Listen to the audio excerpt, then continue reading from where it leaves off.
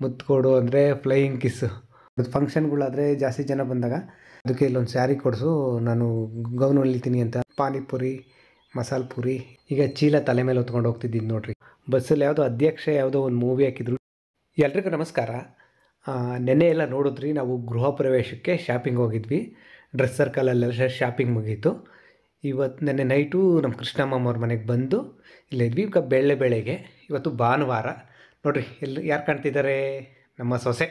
ನಮ್ಮ ಸೊಸೆಗೆ ಮುಡಿ ಕೊಡೋ ಶಾಸ್ತ್ರ, ನಾಮಕರಣ ಶಾಸ್ತ್ರ ಎಲ್ಲ ಮಾಡಿದಾಗ ನೋಡಿದ್ರಲ್ಲ ಇವಳನ್ನ. ಈಗ ನೋಡ್ರಿ, ಅಲ್ಲಿ ಅವತ್ತು ದೇವಸ್ಥಾನದಲ್ಲಂತೂ ತುಂಬ ಜನ ಜಾಸ್ತಿ ಇದ್ರಲ್ಲ. ಇವಳು ಒಂಥರ ಭಯ ಬಿದ್ದಂಗೆ, ದಿಗಿಲು ಬಿದ್ದಂಗಾಗಿ ಗಾಬರಿ ಬಿದ್ದು ಅವತ್ತು ಮಂಡೆ ತೆಗೆಸ್ಕೊಳ್ಳೋದಕ್ಕೆ ತುಂಬ ಹಠ ಮಾಡಿಬಿಟ್ಲು. ಅದಕ್ಕೆ ಸುಮ್ಮನೆ ಶಾಸ್ತ್ರಕ್ಕೆ ಅಂತ ಕೂದಲೆಲ್ಲ ಕಟ್ ಮಾಡಿಸಿದ್ದು. ಆಮೇಲೆ ಇವ್ರು ಕರ್ಕೊಬಂದು ಊರಿಗೆ ಹೋಗಿ ಸಂಜೆ ಯಾರ ಹತ್ರ ಬೇರೆಯವ್ರ ಹತ್ರ ಎಲ್ಲ ನೀಟಾಗಿ ಅವ್ರ ಅಪ್ಪನೇ ಎತ್ಕೊಂಡು ಪೂರ್ತಿ ನೀಟಾಗಿ ಬೋಡ ಮಾಡಿಸಿ ಬೆಂಗಳೂರಿಗೆ ಕರ್ಕೊಬಂದಿದ್ದಾರೆ. ಈಗ ಬೋರ್ಡ್ ಹಾಕಿದ್ದಾಳೆ.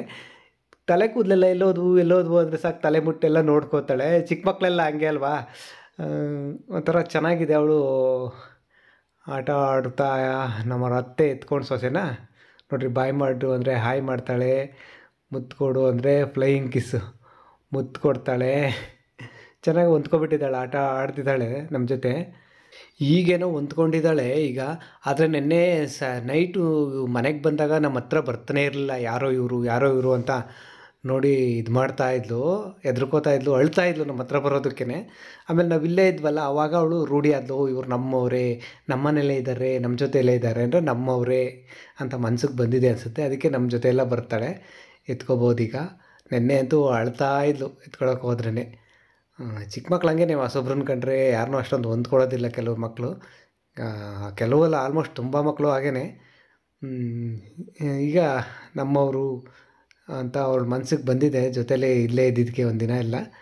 ಈಗ ನಮ್ಮ ಹತ್ರ ಬಂದುಬಿಟ್ಟಿದ್ದಾಳೆ, ಆಟ ಆಡಿಸ್ತಾ ಇದ್ದಾರೆ ಅತ್ತೆನೂ ಈ ಅಕ್ಕ ಇಬ್ಬರು ಸೇರಿ. ಈಗ ತಿಂಡಿ ತಿಂದು ನಾವು ರೆಡಿಯಾಗಿ ಹೊರಗಡೆ ಹೊರಟಿದ್ದೀವಿ. ನೆನ್ನೆ ಎಲ್ಲ ಬಟ್ಟೆ ಶಾಪಿಂಗ್ ಆಯ್ತಲ್ಲ, ಇವತ್ತು ಇನ್ನೊಂದು ಸ್ವಲ್ಪ ಏನೋ ಐಟಮ್ಸ್ ತಗೊಳೋದಿದೆ, ಶಾಪಿಂಗ್ ಹೋಗಬೇಕು. ಜಾಣಿಯವ್ರ ಅತ್ತೆಗೆ ಮತ್ತು ನಮ್ಮ ಜಾನುಗೆ ಅಂದರೆ ನಮ್ಮ ಸೊಸೆಗೆ ಬಾಯ್ ಮಾಡಿಬಿಟ್ಟು ನಾವು ಹೊರಟ್ವಿ. ಕೃಷ್ಣಮ್ಮನೇ ನಮ್ಮನ್ನು ಆಟೋದಲ್ಲಿ ಕರ್ಕೊಂಡು ಹೋದ. ಎಲ್ಲಿಗೋದ್ವಿ ಶಾಪಿಂಗಿಗೆ ಅಂತ ಮುಂದೆ ವ್ಲಾಗಲ್ಲಿ ನೋಡಿ, ಏನೇನು ತೊಗೊಂಡ್ವಿ ಅಂತ ವ್ಲಾಗಲ್ಲೇ ಗೊತ್ತಾಗುತ್ತೆ ನಿಮಗೆ. ಮನೆಯಿಂದ ಹೊರಟು ನಾವೀಗ ಡಿ ಮಾರ್ಟ್ ಇಲ್ಲಿಗೆ ಬಂದಿದ್ವಿ. ಬನ್ನೇರುಘಟ್ಟ ರೋಡು ಗೊಟ್ಟಗೆರೆ ಹತ್ರ ಇರೋ ಡಿ ಮಾರ್ಟು. ಯಾಕೆಂದರೆ ನಮ್ಮ ಕೃಷ್ಣಮ್ಮವ್ರ ಮನೆಗೆ ಇದು ಹತ್ರ ಆಗುತ್ತೆ, ಹಾಗಾಗಿ ಇಲ್ಲಿಗೆ ಬಂದ್ವಿ. ಬರ್ತಿದ್ದಂಗೆ ಸೀದಾ ನಾವು ಜಾಣೆ ಮಗಳಿಗೆ ಸ್ವೆಟ್ರು, ಕೃಷ್ಣಮ್ಮ ಸ್ವೆಟ್ರು ಸೆಲೆಕ್ಷನ್ಗೆ ಕರ್ಕೊಂಡು ಹೋದ. ಈಗೇನು ಚಳಿಗಾಲ ಶುರುವಾಯ್ತಲ್ವ, ಅದಕ್ಕೆ ಜಾಣೆದು ಸ್ವೆಟ್ರು ಒಂದಿತ್ತು, ಅದು ಸ್ವಲ್ಪ ತುಂಡ ಬರ್ತಾಯಿದೆ. ಅದಕ್ಕೆ ಹೊಸದೊಂದು ಸ್ವೆಟ್ರು ತೊಗೊಳೋಣ ಅಂತ ಹುಡುಕಿ ನೋಡಿ ಅಲ್ಲೊಂದು ಸ್ವೆಟ್ರು ಸೆಲೆಕ್ಷನ್ ಮಾಡ್ಕೊಂಡ್ವಿ. ಆಮೇಲೆ ಅವಳಿಗೆ ಚಪ್ಪಲಿಗಳು ಹೊಸವು ಬೇಕಿತ್ತು, ಹಳೆವಾಗ್ಬಿಟ್ಟಿದ್ವು. ಅದಕ್ಕೆ ಚಪ್ಪಲಿ ಮತ್ತು ಶೂ ಇಲ್ಲಿ ಚೆನ್ನಾಗಿರೋದು ಸಿಗುತ್ತೆ ಡಿ ಮಾರ್ಟಲ್ಲಿ. ಅದಕ್ಕೆ ಶೂ ಒಂದು ಜೊತೆ, ಚಪ್ಪಲಿ ಒಂದು ಜೊತೆ ತೊಗೊಂಡ್ವಿ. ಈಗ ನಮ್ಮ ಶ್ರೀಮತಿಯವರ ಶಾಪಿಂಗ್ ಜೋರು ಶುರು. ಅಂದರೆ ಬೆಡ್ಶೀಟ್ಗಳು ನೋಡ್ತಾ ಇದ್ದಾಳೆ. ಬೆಡ್ಶೀಟು ಅಂದರೆ ಹೊತ್ಕೊಳ್ಳೋದಕ್ಕೆ ಹೊತ್ತಿಗೆಗಳು. ಅಂದರೆ ಹೊಸ ಮನೆ ಗೃಹ ಪ್ರವೇಶ ಇದೆಯಲ್ಲ, ಗೃಹ ಪ್ರವೇಶ ಟೈಮ್ಗೆ ಎಲ್ಲ ನೆಂಟರು ನೈಟ್ ಬರೋರು ಬರ್ತಾರೆ ಸ್ವಲ್ಪ ಜನ ಎಲ್ಲ.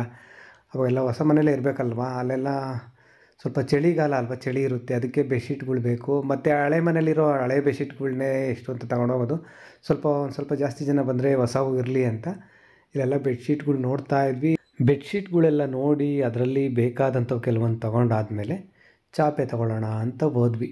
ಬರೀ ಹೊತ್ತಿಗೆ ತೊಗೊಂಡ್ರೆ ಹಾಸ್ಕೊಳ್ಳೋದಕ್ಕೆ ಬೇಡವಾ, ಅದಕ್ಕೆ ಇದರಲ್ಲಿ ಸಿಂಗಲ್ಲು, ಡಬಲ್ಲು, ತ್ರಿಬಲ್ಲು ಅಂತೆಲ್ಲ ತುಂಬ ದೊಡ್ಡ ಚಾಪೆ ಎಲ್ಲ ಇದ್ವು. ಅವನು ನೋಡ್ತಾ ಇದ್ವಿ. ಅಂದರೆ ಸ್ವಲ್ಪ ದೊಡ್ಡದಾಗಿದ್ದರೆ ಚೆನ್ನಾಗಿ, ಸಿಂಗಲ್ ಆದರೆ ಮನೆಯವ್ರಿಗೆ ಅಷ್ಟೇ ಆಗುತ್ತೆ. ಈ ಥರ ದೊಡ್ಡ ಫಂಕ್ಷನ್ಗಳಾದರೆ ಜಾಸ್ತಿ ಜನ ಬಂದಾಗ ಈ ಥರ ದೊಡ್ಡದಾಗಿ ಹಾಸ್ಬಿಟ್ರೆ ಚಾಪೆ ತುಂಬ ಜನ ಮಲ್ಕೋಬೋದು. ಅದಕ್ಕೆ ಈ ಥರ ದೊಡ್ಡ ಚಾಪೆ ಒಂದು ಮತ್ತು ಚಿಕ್ಕದೊಂದು, ಈ ಥರ ಬೇರೆ ಬೇರೆ ಥರ ಚಾಪೆಗಳೆಲ್ಲ ತೊಗೊಂಡ್ವಿ ಇಲ್ಲಿ.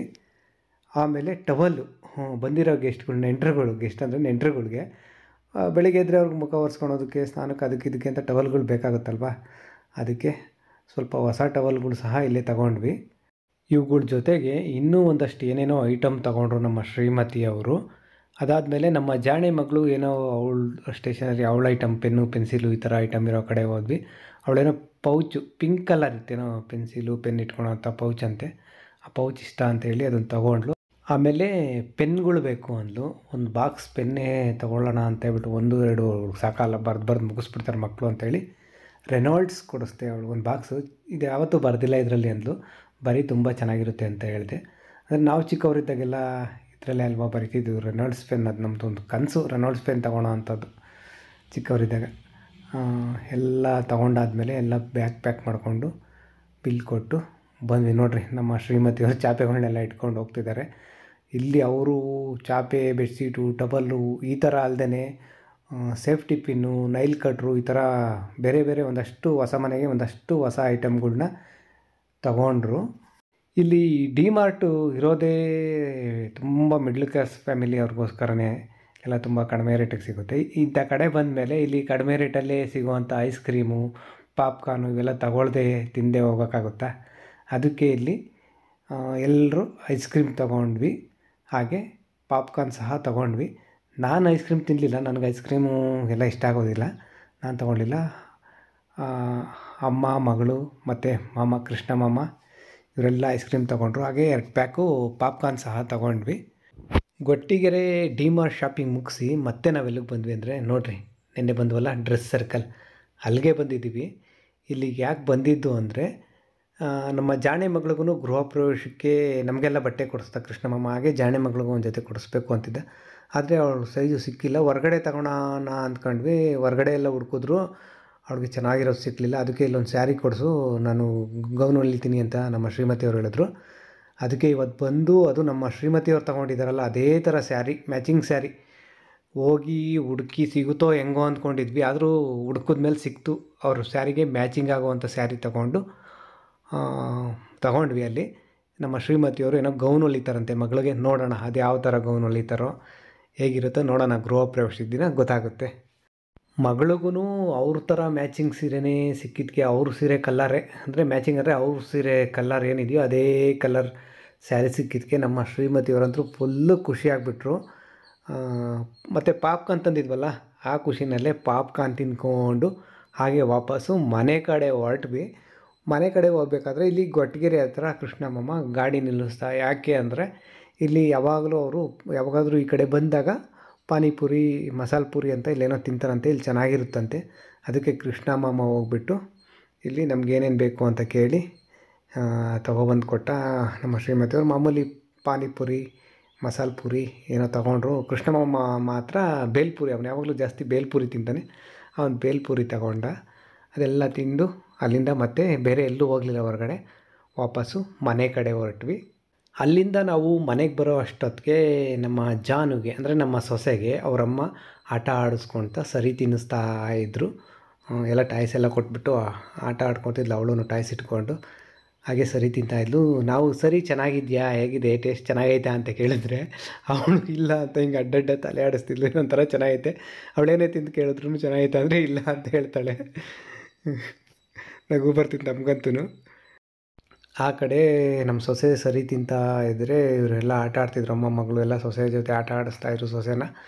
ಕೃಷ್ಣ ಮಾಮ ಗಾಡಿ ಕ್ಲೀನ್ ಮಾಡ್ಕೋಬೇಕು ಟಿಟಿನ ಅಂತ ಬಂದ. ನಾನು ಒಬ್ಬನೇ ಕೂತ್ಕೊಂಡು ಏನು ಮಾಡೋದು, ಒಳಗಡೆ ಬೋರ್ ಆಗುತ್ತೆ ಅಂತ ನಾನು ಇಲ್ಲಿ ಬಂದು ಕೃಷ್ಣ ಮಾಮ ಗಾಡಿ ಕ್ಲೀನ್ ಮಾಡ್ತಾಯಿದ್ರೆ ಅವನ ಜೊತೆ ಮಾತಾಡಿಕೊಂಡು ಈಚೆ ನಿಂತಿದ್ದೆ. ಹಾಗೆ ಮಾತಾಡ್ತಾಯಿದ್ವಿ ಇಬ್ಬರೂ ಮಾಮೂಲಿ ಕ್ಯಾಶುಯಲ್ ಆಗಿ.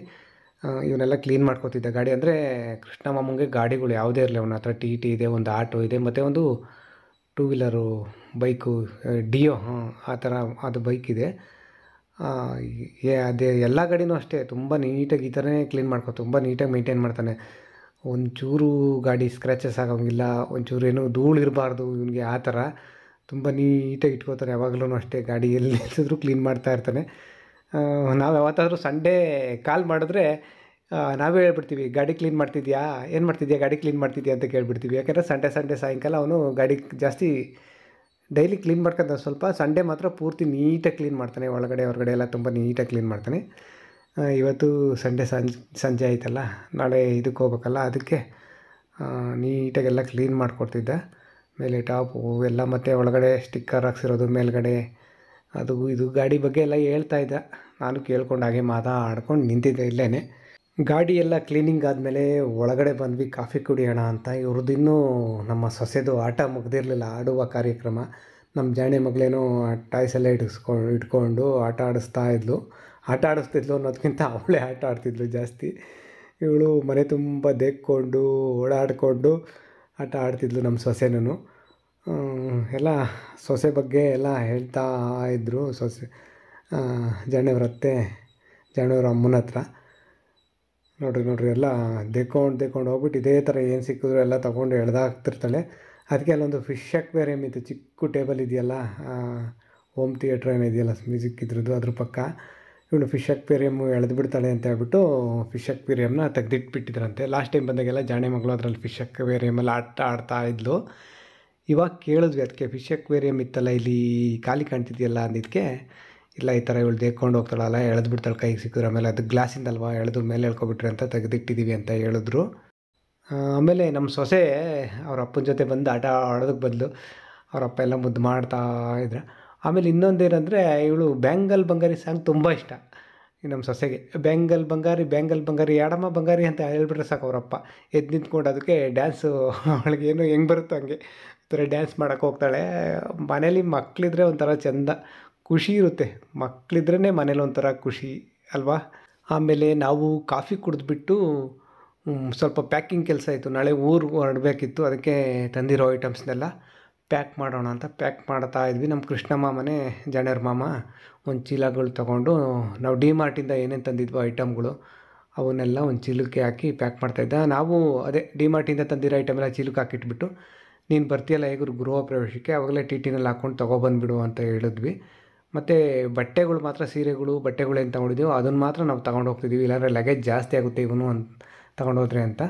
ಚೀಲಗಳು ಮಾತ್ರ ಇದು ಅದೇ ಬೆಡ್ಶೀಟು ಜಾಪೆ ಬೇರೆ ಏನೇನೋ ಮನೆಗೆ ಬೇಕಾಗಿರೋ ಐಟಮ್ಗಳೆಲ್ಲ ಚೀಲಕ್ಕಾಗಿ ಪ್ಯಾಕ್ ಮಾಡಿಸ್ತಿದ್ವಿ. ಅದನ್ನು ಕೃಷ್ಣಮ್ಮ ಮನೆ ತೊಗೊಬರ್ತಾನೆ, ಇದಕ್ಕೆ ಗೃಹ ಪ್ರವೇಶಕ್ಕೆ ಬರ್ಬೇಕಾದ್ರೆ ಹೆಂಗೋ ಅವ್ನು ಟಿ ಟಿ ತೊಗೊಬರ್ತಾನಲ್ಲ, ಆ ಟಿ ಟಿನಲ್ಲೇ ತೊಗೊಂಡು ಬರ್ತಾನೆ. ಭಾನುವಾರ ಕಳೆದು ಸೋಮವಾರ ಬಂತು. ನಾವು ಈಗ ಮೆಜೆಸ್ಟಿಕಲ್ಲಿ ಬಂದು ನಿಂತಿದ್ದೀವಿ. ಕೋಳಿ ಫಾರಮ್ ಗೇಟಿಂದ ಬಸ್ ಹತ್ಕೊಂಡು ಮೆಜೆಸ್ಟಿಕ್ಕಿಗೆ ಬಂದ್ವಿ ಬೆಳಗ್ಗೆನೆ. ಈಗ ಚೀಲ ತಲೆ ಮೇಲೆ ಹೊತ್ಕೊಂಡು ಹೋಗ್ತಿದ್ದೀನಿ ನೋಡಿರಿ. ಈ ಚೀಲದಲ್ಲಿ ಏನಿಲ್ಲ ಅಂದ್ರೂ ಒಂದು 30-35 ಸಾವಿರ ರೂಪಾಯಿ ಅಷ್ಟು ಐಟಮ್ ಇದೆ, ಅಂದರೆ ಸೀರೆಗಳು ಬಟ್ಟೆಗಳೆಲ್ಲ ಇದ್ದಾವೆ. ಮೆಜೆಸ್ಟಿಕ್ ನಮ್ಮ ಮಧುಗಿರಿ ಬಸ್ ನಿಲ್ಲುತ್ತಲ್ಲ ಅಲ್ಲಿಗೆ ಬಂದ್ವಿ.